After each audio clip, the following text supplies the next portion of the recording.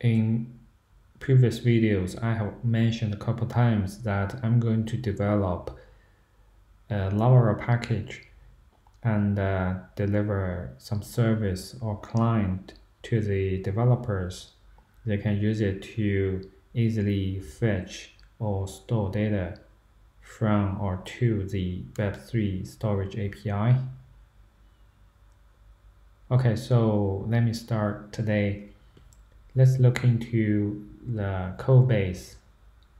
So actually here I have already created a new project called laravel-web3-storage.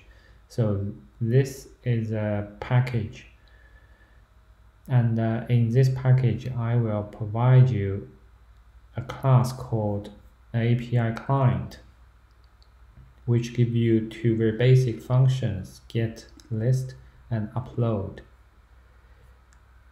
So the API key need to be passed to the function as parameter instead of the package reading it from some configuration. This is a phase one. So I'll try to reduce the dependency as much as possible. Okay, so I have already created this project, so I need to go through the main points of how to create a Laravel package or composer package.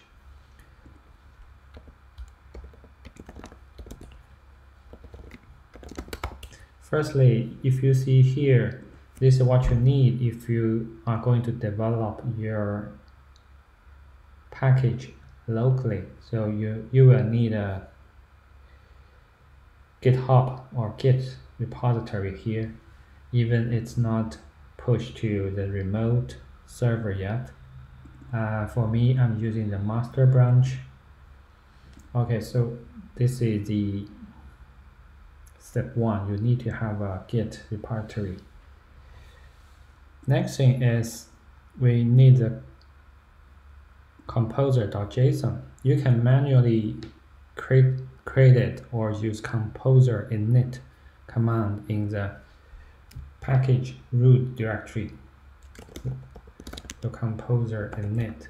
You just follow the prompts to complete the initialization of the project. So for me, the key information here is the autoload and the require def, as well as extra. So autoload tells what namespace should be auto-loaded and from which directory. So in my case, the API client and the API client service provider, they are in namespace app/web3/storage. So this is also the naming convention of the folder structure. So for the API client, I use the Illuminate support libraries to help me make the HTTP API call and array operation. So most of the code are copied from the old Laravel Web3 project. So from this project, this is what I developed very recently. So in the Web3 storage service, you can see this is the API call to Web3 storage API. So what I'm doing is to extract this part into a separate package. So now in this package, I have already implemented the get, list, and the upload functions. They are making the corresponding API call to Web3 storage API with the authorization key.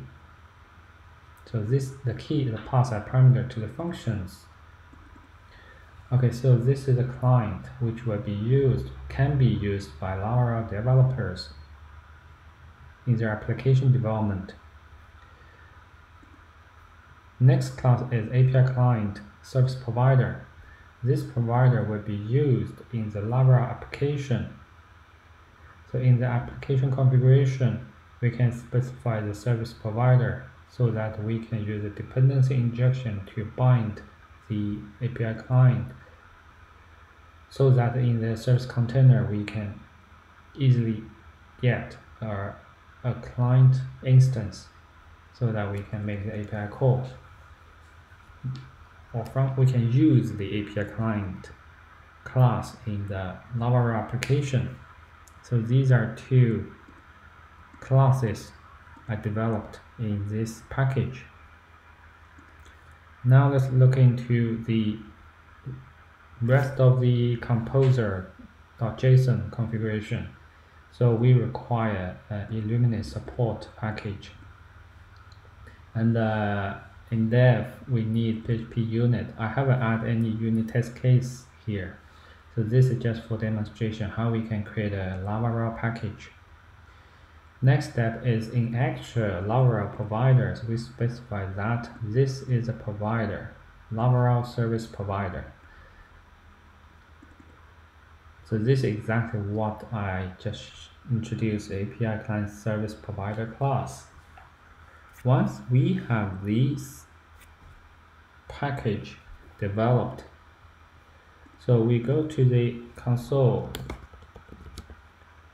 Typically, you see we can dump the auto load. It will generate the auto load files in this package. Now we can start working on the Laravel application side. First of all, let's look into the composer.json.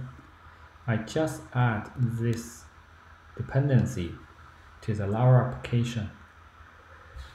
That's not enough. So if we scroll down to the auto, firstly we see the auto load dev. Here we specify where we should automatically load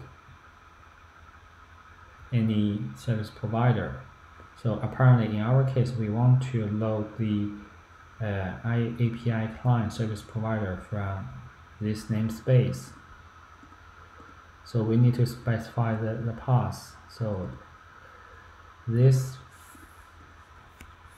folder, if we go to the parent folder and see there are two projects. So this is why I use parent folder and laravel-web3-storage. Currently this is Laravel Web3, so I point to its correct folder for this namespace.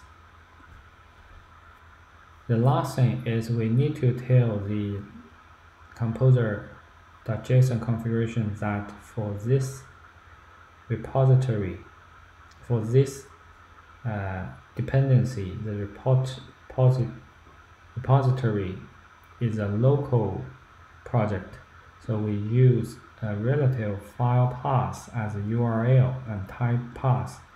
So when we use composer require, it will know that the package should be addressed in the local file system under this path. Okay, now let's use this command. Laravel, in the Laravel application root, the root directory we use composer require. So this is the package. The name is Laravel Web3-storage. And let's see here, we need the author name. It's defined here. So this is the package name. So author name slash a package name. So this is what we need to use to install the dependency.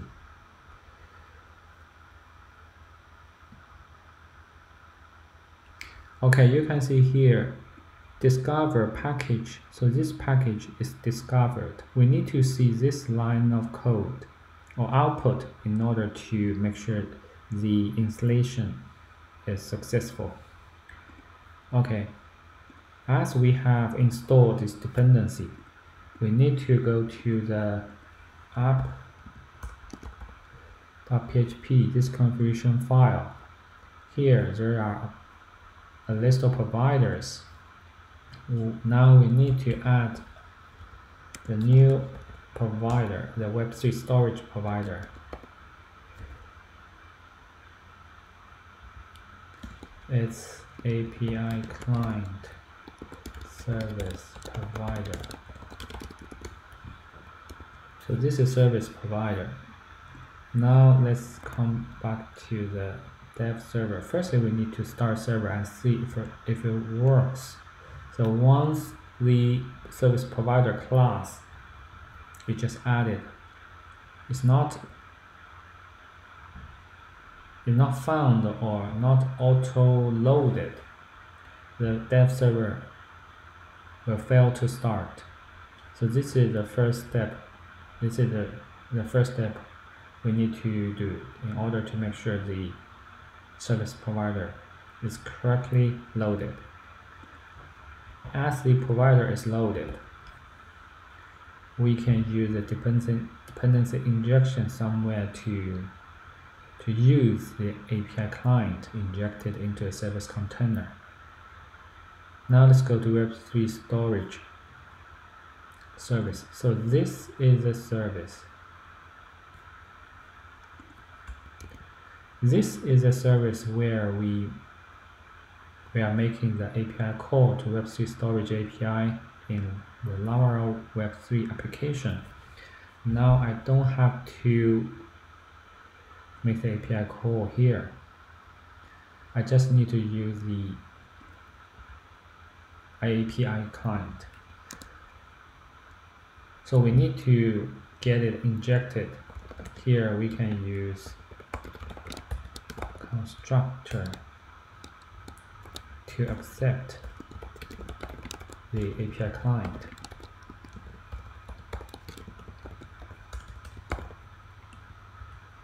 Let's go back to the package project here. So let's see what the binding look like here. So in the service provider, we bind it as a singleton. So in the application context, request context, there will only be one API client instance. Okay, if you are not familiar with service provider and the bindings, so feel free to go back to my previous video and check them out. Okay, let me come back to Laravel Web3. Here, I need a class variable here, API client. Now we can assign the constructor parameter to this variable. Okay, here, so I need to get rid of this part of code.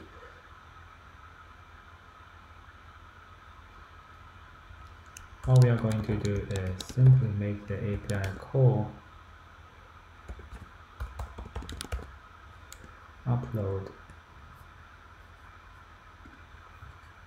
3 parameters. If you see here, API key, file content, file name. So API key, file content, file name. Okay. Now we can remove these lines. Let me see what's returned by the upload function. So it's a CID. Okay. CID. Now I can cut this line of code and place it here. Now we have the code removed and just replaced with one line of function called to upload. And here we need to use Web3 storage API client. Okay, so this is the API client. we made a function call and receive the CID. Okay, so now I want to add some log here. The log will be printed here. Now let me go to Web3 and tail. Okay. Now I say CID returned by the Web3 storage API. CID. Okay, we know the CID now. Let's come back to the dashboard and let's see what we have in the database. Just try to upload a new one. 237. Okay, I'll choose the image. I see example 3 and submit. If everything works, we should see the fourth row in the database with example-3.png. We also should see some log. So yeah, CID returned by a web3.storage API. So this is the CID returned. So this is a link. Okay, everything works with the local dev package. Okay, everything works. So this is a very basic functionality of the package. What I'm going to do is that I will commit a code, submit to GitHub, also get it published. Once published, this package can be used by any Laravel application that wants to interact with Web3 storage API. And in this project, I will also change a dependency here from the local dev to officially published version. So this is the kind of the change I'm going to make. Okay. So this is a very brief introduction on how to develop a Laravel package and get it used as a local dev package in the Laravel application. Okay, I think that's it for today. I will share the GitHub link of this package repository once I finish. So thanks for watching. If you have any question, feel free to comment below. If you feel it's useful, again, remember to thumbs up and subscribe to the channel. Thanks. See you next time. Bye bye.